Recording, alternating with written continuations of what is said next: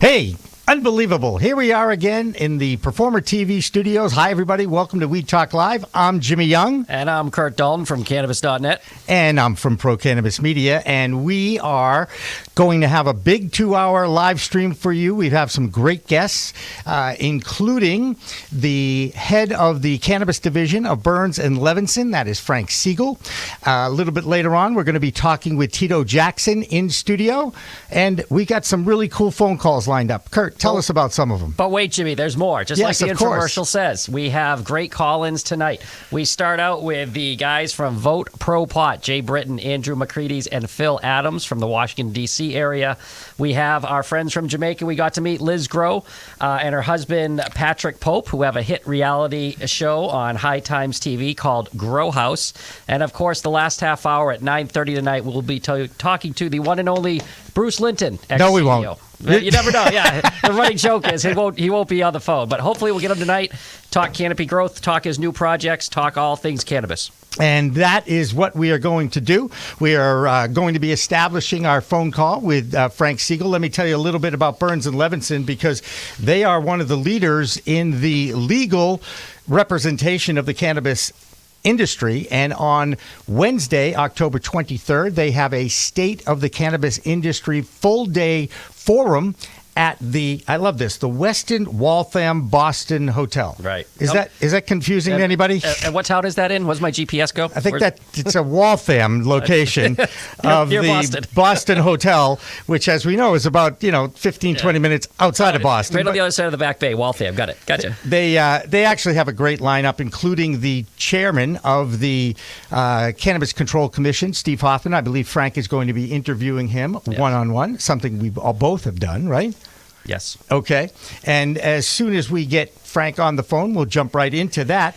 But we are also going to tell you a little bit more about that particular conference. They are also going to have keynote speakers, including Dan Fireman, the founder of Fireman Capital Partners, Karen Muncasey, the doctor and founder of Garden Remedies, the both medical and recreational dispensary in Newton, Massachusetts.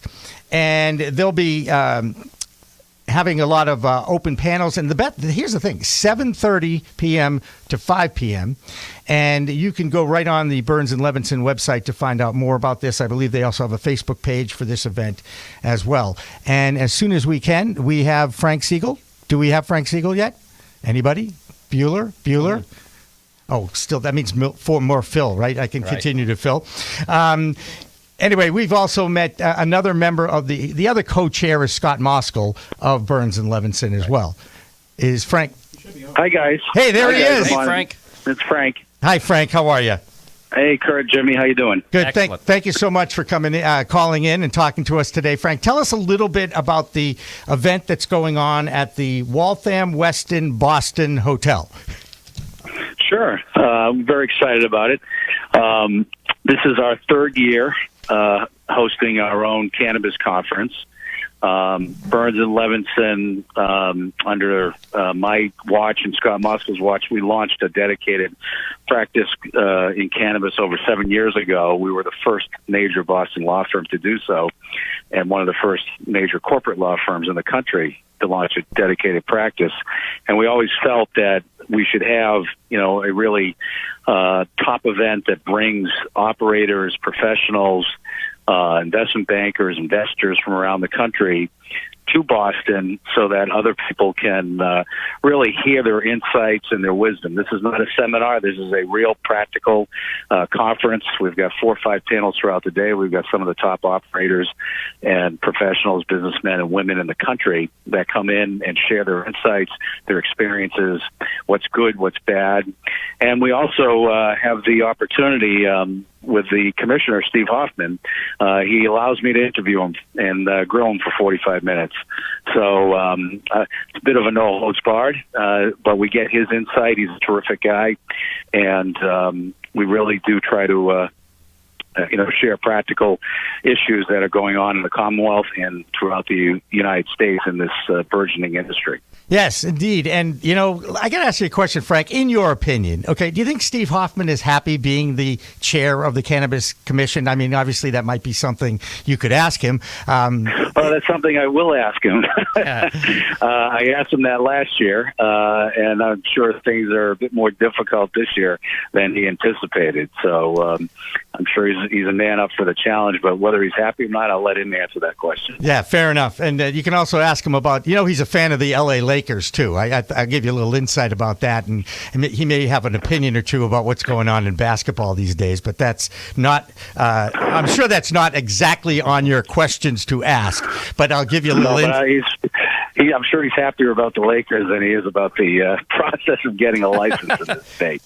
That's right. And, of course, that is probably the biggest challenge amongst everybody. And the number one question, I would think, is the social equity and economic empowerment whole principles that we're trying to introduce here in Massachusetts, and they've struggled getting this program going. And I'm guessing everybody's frustrated with that.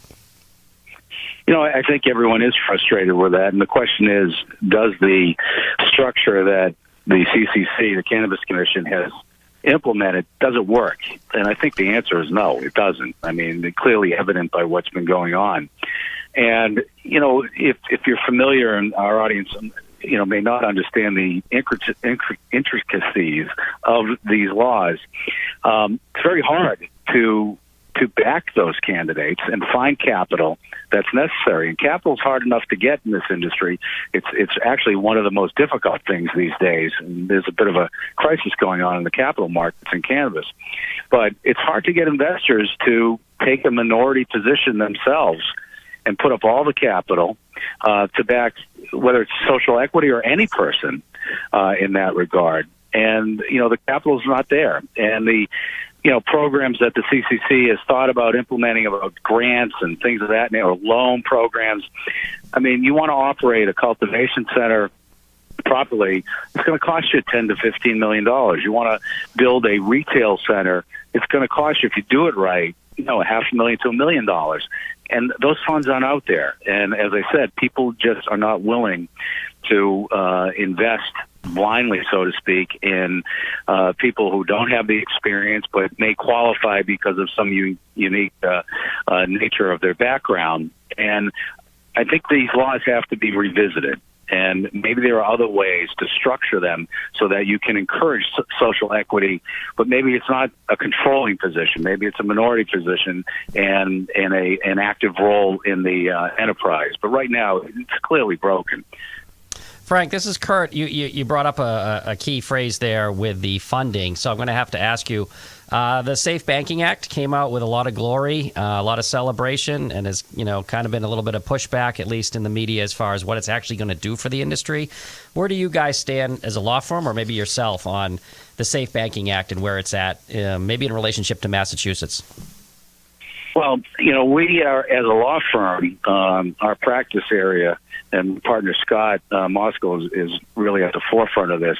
We're very active on trying to resolve the banking issues. And we are general counsel to a number of companies that are active in that space. For example, we took and represented Gardner Federal Credit Union in helping them get compliant to take deposits. And they were the first to take recreational deposits. So that's an area we're very, very focused on in helping companies, credit unions, state chartered banks, get into the banking system. So, nationwide, there are about what they say is about 500 credit unions and state chartered banks that are taking deposits, and that seems to be growing. Not at a rapid pace, but it is growing, and it's growing in Massachusetts. Originally we only had Century Bank. Now we have Gardner Federal Credit Union, and there are Baypost and a few others that are coming online. But there's no question that the Safe Banking Act would be a huge step forward into helping to solve some of these problems and bring further legitimacy and further mitigate this specter of an illegal industry because it's not legal at the federal level. It's passed the House. Obviously it's got to get through the Senate, and Mitch McConnell is the gatekeeper to that. And I'm not so sure that it's a cannabis-related issue with respect to pushing it forward, because there's been a lot of bipartisan willingness to do so. I think that there are other political issues at play here that are taking priority over getting this bill passed.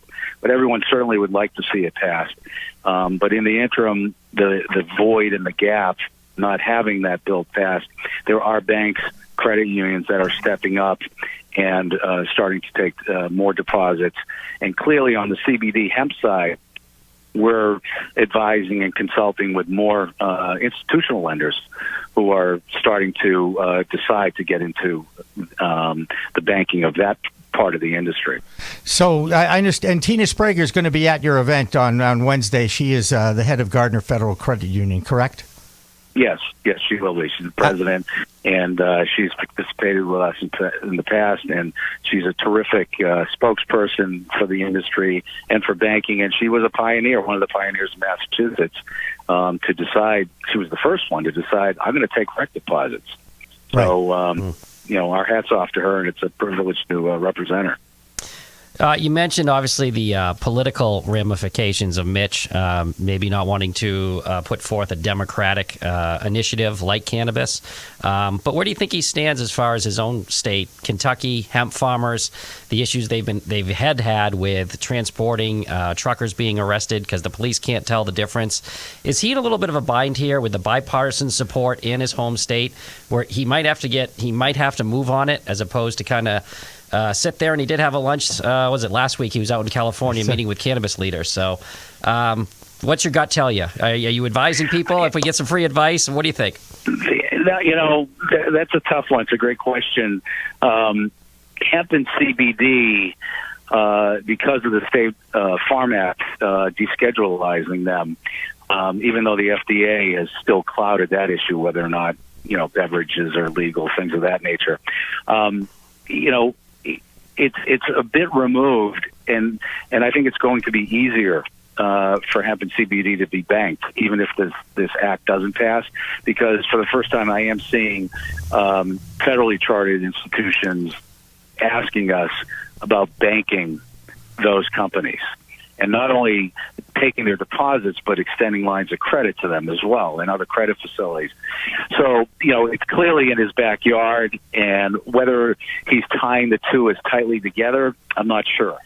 Because I wouldn't say that necessarily there will be a, quote, banking crisis for hemp and CBD as it becomes more mainstream, but there clearly still is this issue of the federal illegality hanging over cannabis that you don't have over hemp and CBD anymore.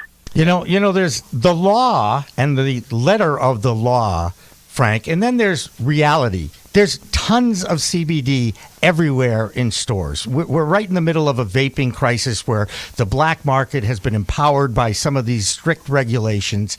And, people are dying now by using these illegal products. But reality, they're here. And, when you pass a bill, the Farm Bill, and tentatively, or at least, officially in the public and in the news, that hemp and CBD is now a legal entity. But in reality, they still haven't figured it out how they're going to regulate the product. And also, I really don't think they did their research on CBD before they passed that Farm Bill. What do you think about that?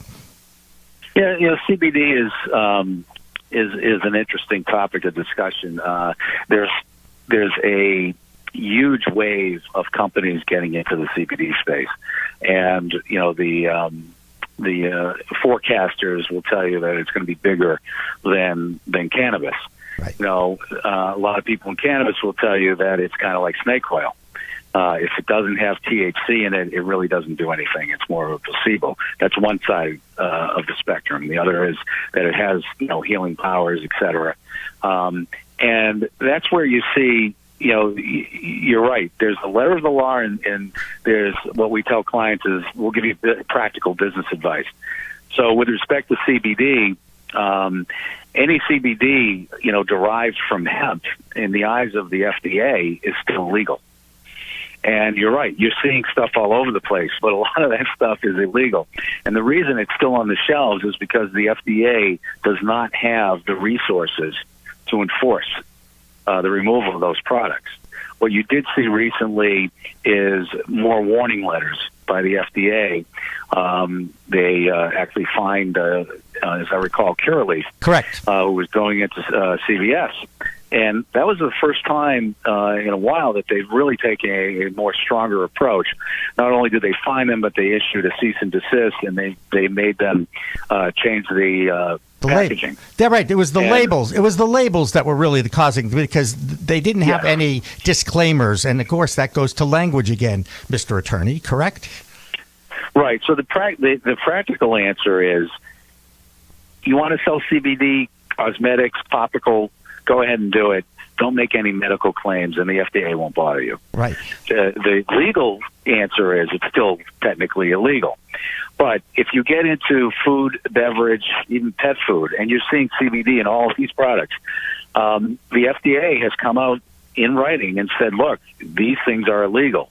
But, again, it's part of the resources. I do think if you saw a major player trying to go into a major chain or retail store with a CBD-infused beverage, I think that store would have those products removed pretty quickly.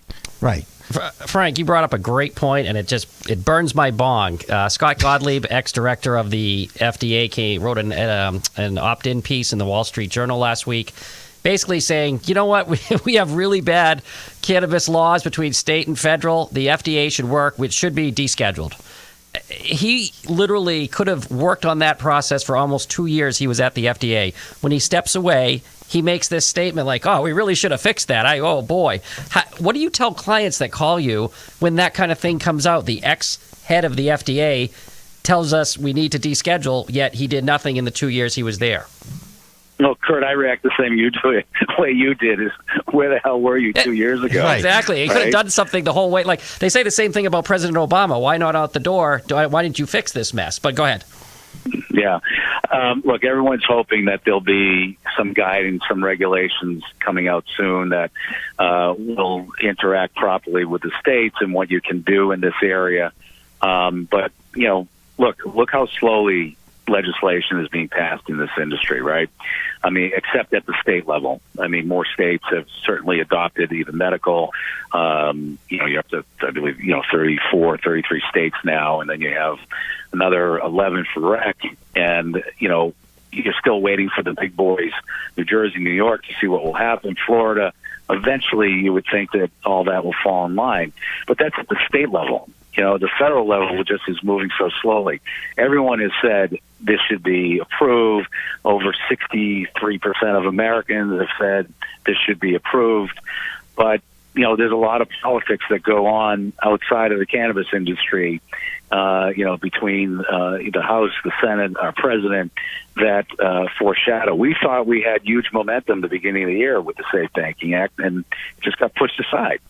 So, there's a lot going on with impeachment, et cetera. All these things just clog that pipe, and cannabis isn't at the top of everyone's agenda on Capitol Hill, unfortunately. But at least it's on the agenda now. They've had more movement. There's something like 1,100 bills in Congress right now involved with cannabis legislation. We're actually going to talk to a podcast group that works out of D.C. in a few minutes here on the show. But at least they've made some progress. And you mentioned about CBD and lotions, and I'm going to give a plug to a company that everybody seems to know about because they're using, and Rob Gronkowski has actually endorsed this product, the CBD Medic Group. They're the only ones out there with an FDA-approved lotion with the proper labeling and disclaimers that are on the shelves of most CVS's, except in New England.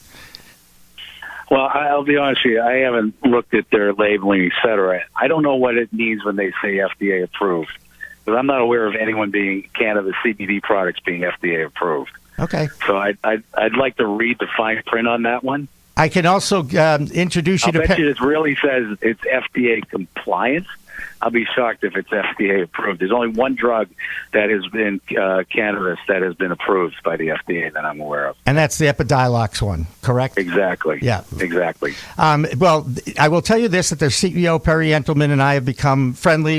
I've got an interview with him that is being launched on Monday on the Pro Cannabis Media Group. Mm-hmm. And he does talk about that. And, well, you may be correct in the actual language, and that's what lawyers do. You guys are so good at that language thing. They have a patent that is approved by the FDA for this lotion, and that's what his claim is, and that's what he said to me over and over and over again. And, again, have I looked at one of those labels? No, I can't, because it's not in New England CVS's, but it's in other CVS's all over the country. It's a kind of a fascinating story. And of course, they were in the news again today because now they're getting in bed with the Kraft Group. Of course, that's going to be announced next week, I think on the same day that you guys have your conference up in Waltham. So, Frank, I'll tell Gronk he's welcome to come to the conference to make the announcement. There you go. Well, there you go. I actually might be able to pass that on to Perry anyway. But Frank, what's your goal from this conference? What are you expecting to get out of it besides a lot of opportunities to have high-level discussions with people that are in this industry? What's your goal for this? Well, with any nascent industry, one of the best things that can happen is when people entering that industry actually collaborate. And we see that with a number of our clients in the industry. We encourage them to talk to other clients, to share ideas, because it's no pun intended, it's a growing industry, and you're going to go out off the path once in a while, and you're going to make mistakes. And the more you can share insight, experiences, advice, even though you're, quote, competitors, it's a young industry. There's plenty of room for a lot of people in this space. We encourage that. And part of, the DNA of my group and myself with our clients is to connect them with other groups that can be helpful, that can help their businesses. We do a lot of networking for our clients. And so this conference is, as much as it is educational and practical, it's also a great networking event. And our clients walk out of there with new relationships, and we've had clients say to us, hey, I cut a business deal I was at your conference. And that's what we encourage. And that's why if you look at, who's at this conference, you're going to find that there's a lot of opportunities to actually talk to some of the top players in the country, whether they're operators, investors, or other professionals. So we hope people come and they not only learn something, but they make connections. That's my goal. Frank, when you get a call at your law firm from an MSO or someone out of state, and they start talking to you about what's going on in Massachusetts, and you're hearing about what's going on in their state, and what have been some of the surprises or the surprising things you have told them when you're on the phone and discussing Massachusetts, or what they're telling you is happening in a Florida or a Michigan or an Illinois? Is there any type of trends or things you're surprised at from hearing from other states, or that you're telling people? Well, actually, our cannabis practice is national. So we are doing deals from Boston to California, and I probably have deals going on in 13 states right now. So we're seeing directly what's happening in other states, because we have clients throughout the United States, and I'm very, very proud that we've built one of the top national practices in the cannabis space. What you are seeing, particularly, and we talk about this at the conference, the problems on the West Coast are on the East Coast as well. Accessing capital is very, very difficult, and that's affecting everybody. The stock market, this particular sector, look, the valuations were ridiculous to begin with. In the stratosphere that they never should be at, and a lot of them are still there. But most of these stocks have fallen over 50% since the beginning of the year in enterprise value. And what does that do? Well, that makes it tougher for those public companies to go back to the public markets to raise capital. So what's happening is there's a capital crunch going on. And what you're seeing, and we're seeing this in a lot of states, seeing in California, seeing in Massachusetts, is a lot of these companies are cash strapped, and that's starting to affect their operations. And you're going to start to see a shakeout, in my opinion, because we're getting these calls and we're advising clients on both sides, those who are looking to acquire, those who need capital, those who are looking to sell. And you're going to start to see a real shakeout here if the capital markets don't reopen. And I still think there's a way for those valuations to continue to drop before they're at a level where people will take it more seriously in investing new capital. What you're also seeing is when that happens is opportunity. And we are advising, and we're now representing a number of lending funds that want to lend into the cannabis space. They're not banks, they're not financial institutions. They're hedge funds or private money, and we're representing a few of these groups that are taking the lead in providing capital. It's mostly to the large MSOs. They will loan to smaller operators if the credit's there, if the assets are there. But you're going to see more of an emergence. I think you're going to see more people getting into the secured debt space. And right now I have 4 clients who are in the space or are forming funds to get into the space. So capital is a real problem nationwide. Social equity, which we talked about at the top of the show, we're seeing that in other states. Putting in regulations that require you to meet this policy, the priority, et cetera. And again, those states are having trouble launching those kind of initiatives because of capital, because people are just not willing to support a minority position in that kind of enterprise. So social equity is an issue not just in Massachusetts, but throughout the U.S. as well. So there are a number of issues that they're not localized. I think what's localized here in Massachusetts is the frustration that operators and applicants have trying to get through the process because the CCC is understaffed. There's thousands of applications up there, and the process needs to move faster. I mean, that's the biggest issue locally, is getting these stores open much faster because, you have, maybe less than 30 stores. Frank, in the enterprise. I have 10 seconds to ask you one last question. You walked right into it. Are we going to see a first major cannabis bankruptcy, someone like MedMen? No, it's a great question, and that's certainly what I was talking about, was the distress that we're starting to see. You cannot take advantage of the bankruptcy code if you're a cannabis operator. So you've got an issue there. What can you do? Well, you got to look at the local states, and every state is different. But basically, you're looking at either a wind down, you're looking at what's an ABC called an assignment for benefit of creditors, if you can do that, or you're looking for a receivership. So these are issues that when we're representing lenders, we address in the documentation, because you have to be forward thinking on that regard. But it's a great question. A lot of people think that MedMen could very well be the first to go into some sort of a wind down dissolution. I would assume that there'd probably be some sort of a restructuring or sale in that situation. But we are definitely starting to see distressed opportunities. Great. Hey, and I do use the word opportunity because people turn those into opportunities. Right. Frank Segall of Burns and Levinson's Cannabis Division, thank you so much for joining us. How can people find out about the big conference on Wednesday? Right on your website, I'm guessing. Well, they can go to burnslev.com. And what I would like to offer your audience is I'll give you my email. And the first 10 people who email me who want to attend the conference, they'll go as my guest. Ooh, okay. And everyone after that, we'll give them a comp code. We'll give them $100 off the price. I think it's about $300 to attend. But anyone else, we'll give them a special code for your show. All right. But my email is fsegall, Segall, yep, at burnslev, burnslev.com. So fsegall at burnslev.com.